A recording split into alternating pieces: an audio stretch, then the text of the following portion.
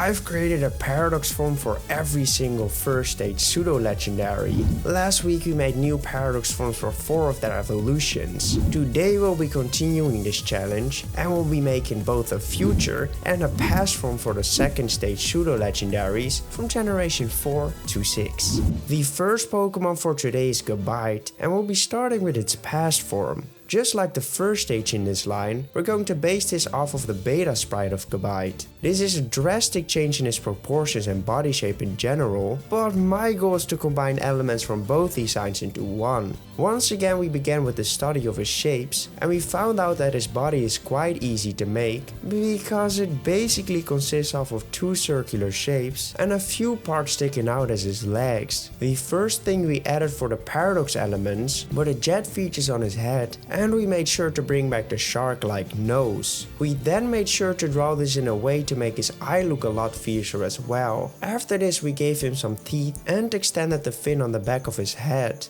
We also gave him a large tail and made sure to bring back a lot of the features of Gabite's tail, like the stripes on them and the extra fin on the end of it. During all of these changes we repeatedly made small changes to his body and pose to make him feel more anatomically correct. The last things we added to the design were a hole on his forehead, the belly pattern, some spikes on his front legs, and we added a bunch of lines to emulate depth as if it was a piece of armor. The colors did change a little compared to the first form, but that's only because we're following the color palette of Gabite and not of Gibble. You might not recognize it too much as a Gabite right now, but with the colors we used for his shiny, you instantly see what we used as reference for this piece. Quaking Shark, the Paradox Pokemon. This Pokemon spends most of its time digging tunnels through caves to expand its territory because the Quaking Shark with the most territory is considered the strongest out of all. If any Pokemon dares to step foot on its turf, it will not stop chasing them until they are eliminated, even going as far to wreck its own home. I actually really like this line. I get a lot of joy out of bringing back certain forms who we have either lost or have only been used once, like the spiked-eared Pichu for example. For our second transformation we're taking care of the future form of Gabite. I actually tried something different for this piece, which was to gather all the basic shapes without adding in the details first. This made it quite a lot easier to replicate because instead of having to look through all the details, I could now simply just focus on the easy shapes first. This made it able for me to simplify my sketching phase by a lot, and it genuinely felt a lot easier on my brain too. I must say that I was scared it wouldn't look good once I put in the details, but I was happily surprised to see it actually turned out to look really good. Now that the body was in, we started adding in the futuristic elements. We started out by blocking off his shoulders and hands to create an almost rubber-like texture for his arms. We then put our focus towards his head and we added some eye sockets, a metal plate on the top of it, and we added back in the blaster elements on the jet features next to his head. After this we gave him some segments on both of his legs, and we added some segment lines to each of his toes as well. I will say that I once again took huge inspiration from the design of Iron Thorns, because we used the same technique for a segment line on the legs, plus we brought back the same elements for his belly area. Last but not least we blocked off the fin on his tail, used a lot of segment lines to do a lot of different areas of his body, added a section of lighted parts on his back fin, and did the same thing for the fins on his arms. The colors remained the same as Gabite, with the addition of the blue color which depicts the ice type of this line. We did once again use the reflective line art technique, and this minor detail once again improved this piece insanely much.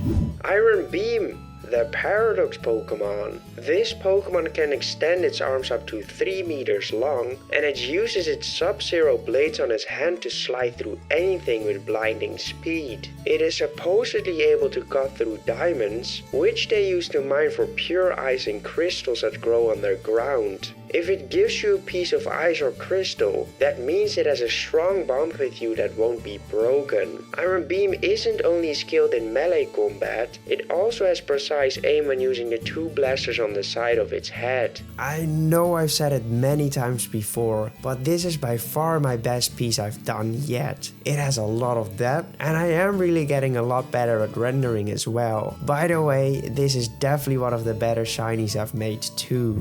Up next is the past form for Zweilous, we once again only focused on recreating the easy to replicate shapes, like a lot of spheres and a few tubes connecting them to get a sense for the layout of the body. I still think this is unreal that this method works so incredibly well, that even a quadrupedal Pokemon is not even that hard anymore. This is definitely the thing I've struggled with the most, so I'm super happy we finally found a way to make them. After adding in the details on top of the easy shapes, we moved on to the past elements. We began by giving him a big dinosaur-like tail and gave him some sharp toenails on his hind legs. We then gave him some cheek feathers and we added roughed up feathers to the wings on his back. Someone in my chat gave me the idea to add a few chips in those feathers, which led us to go into the direction of a fallen angel. Our final change was to bring back the horns the first stage had too, and the colors remained the same except for a few more extra purple details on the design. Fallen Angel, the Paradox Pokemon. This Pokemon may have two consciousness, but that doesn't mean it's very intelligent. The two heads are always biting each other and arguing over every minor disagreement, sometimes one head fully knocking out the other one. They stumble and walk in circles as they share control over their legs, and they may just give up and stay sat down for the entire day. I wasn't really able to come up with more ideas to make this Pokemon look more interesting, or how to bring in more paradox elements into the design. I do still really like the Fallen Angel direction, and I think it will be fun to play around with that idea for Hydreigon. I created a brush set with all my favorite brushes. I use each of them with every drawing that I make, so if you want to draw in the same style as me, I recommend checking out my website. For only €5.99, you can get the Procreate brush set, which you will be able to use in Procreate. It includes an amazing line art brush, a highlight brush which instantly makes your pieces look a lot better, and many other fantastic brushes. I also want to have a written down version of how to create Paradox Pokemon. That's why I created this step-by-step guide. It's easy to follow, and I added a bunch more tips you can use while drawing. You will also get the work files of the two Paradox Pokemon we created, and I added 2 work files with just a line art so you can practice coloring and shading. This guide is also available for €5.99 on my website, but since I thought you guys might be interested in buying it together with the brush set, I made it into a combi deal for only €8.99 for the both of them. That is a 25% discount, so I know what I would do. Our next transformation is the future form for Zweilous. I've gathered so much confidence from the new way of sketching with the easy shapes. That's why I decided to use a more dynamic and difficult to replicate pose. This is something I wouldn't really do before, because I knew the possibility would be big that I would have to stop trying that pose and work on a different one. That is literally what I had to do for one of the dino pieces we made. The only thing I did have troubles with was the left head, because it took me some time to get the right perspective into it. This was mainly because I struggled to find the right direction for his open mouth, but after a little tweaking, I do think it looks pretty good. The future elements weren't necessarily difficult either, because we could just reference both the first piece and the design of Iron Jugulus. The first thing we changed were to add a few segment lines to his legs, and we brought in the rubber belly pattern between the two lighted parts. We then gave both necks the exact same pattern of the other Pokemon in this line, but we once again found it extremely annoying that we weren't able to give him the pixelated robotic eyes. I know the way we tried to fix it for the first stage wasn't optimal, but I really couldn't come up with a better solution, so I brought back the two lighted parts on the spots of his eyes. There was one thing I did for the first time ever, which was to add those hinge-like segment lines to his wings. This looked absolutely incredible together with the shading. For the colors we didn't do much differently from the first stage, and the only place I saw fit for one of those pink big lighted parts was the color around his neck.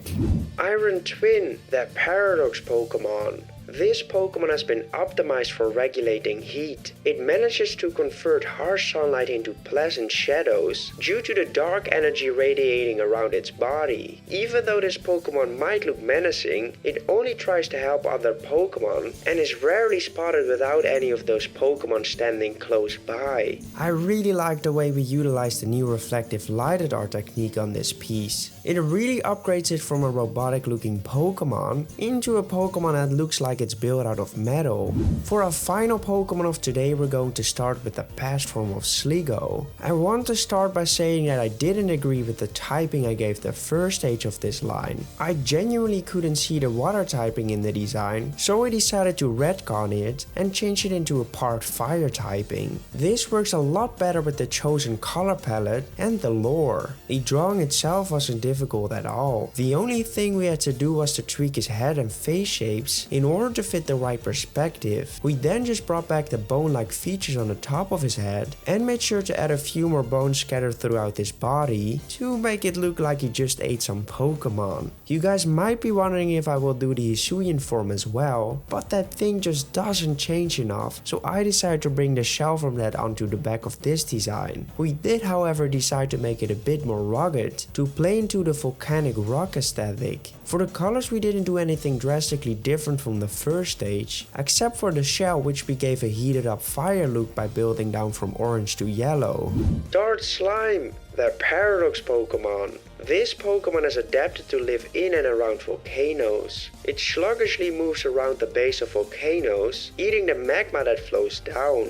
Its shell glows to indicate how hot it is. The more red it is, the hotter its shell. Once at max temperature, it releases plumes of lava from its shell, causing its entire body to become so hot, it instantly cooks the Pokemon it manages to trap in its body. I really like the new direction we went for this line. The fire typing fits both the lore and the looks of the Pokemon much better. I also like that the Pokemon itself looks quite friendly, but his lore is quite dark.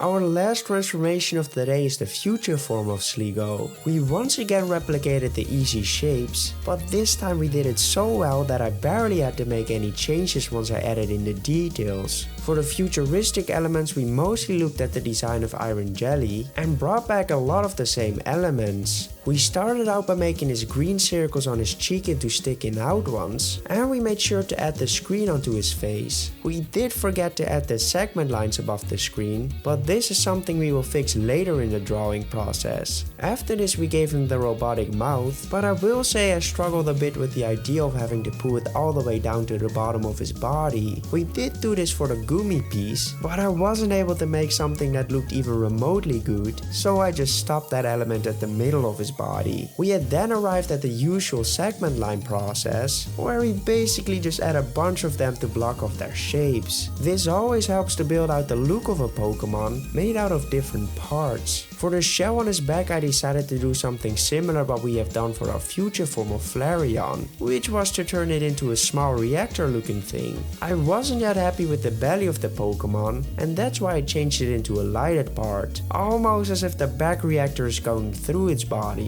The colors and the rendering was where this piece shined best, so let's have a look at the end result. Iron Energy, the Paradox Pokemon. This Pokemon is able to absorb harmful substances through the vacuum under its body and on the side of its head. It then stores those substances in the shell to slowly sterilize them, making them no longer harmful. However, it can choose to store the toxic waste in its belly to be used as an attack. I was already a big fan of the future form we made for Gumi, and I feel like this design just adds on to it perfectly. I guess the stakes are high for his final evolution now. Well, these were the Paradox forms for all the second stage Pseudo Legendaries from Generation 4 to 6. Next week we'll take a look at the final 3 generations, and we will of course have another episode of the collab region for you guys. Let me know which design was your favorite, and goodbye!